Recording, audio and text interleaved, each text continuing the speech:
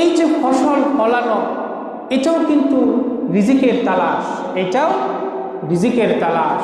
এই যে রিজিকের তালাশ, একটা ধান সেটা চাল পর্যন্ত আমার প্লেটে ভাত হয়ে আসার আগ পর্যন্ত কত পরিশ্রম, এটা যে কৃষক নিজে হাতে এই ফসলটা ফলায় সে একমাত্র জানে, ঠিক কিনা?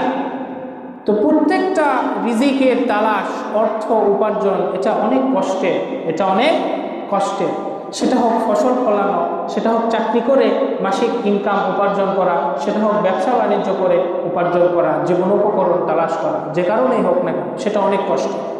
আর এই কষ্টের সম্পদকে আমরা আমাদের নিজেদের জীবনকে সারভাইভ করার জন্য যে ব্যয় করি সেটাও সাদকা। আল্লাহর হাবিব বলেছেন, তুমি যে ফি ফামি জাওজাতিক, তোমার স্ত্রীর মুখে এক লোকমা ভাত তুলে দাও, সেখানেও যদি তুমি সওয়াবের উদ্দেশ্য করো সেটাও সাদকা। সুবহানাল্লাহি বিহামদিহি। সুতরাং নিজের ফ্যামিলির জন্য আয় উপার্জন করা এটাও সদকা, এটাও কি সদকা। নিজের বাবা মা, ছেলে মেয়ে, স্ত্রী পরিজন যারা থাকে তাদের জন্য যে আয় উপার্জন আমরা করি এটাও কিন্তু সদকা হিসেবে গণিত হয়, যদি আমরা নিজেদেরকে সেভাবে সওয়াব মনে করি।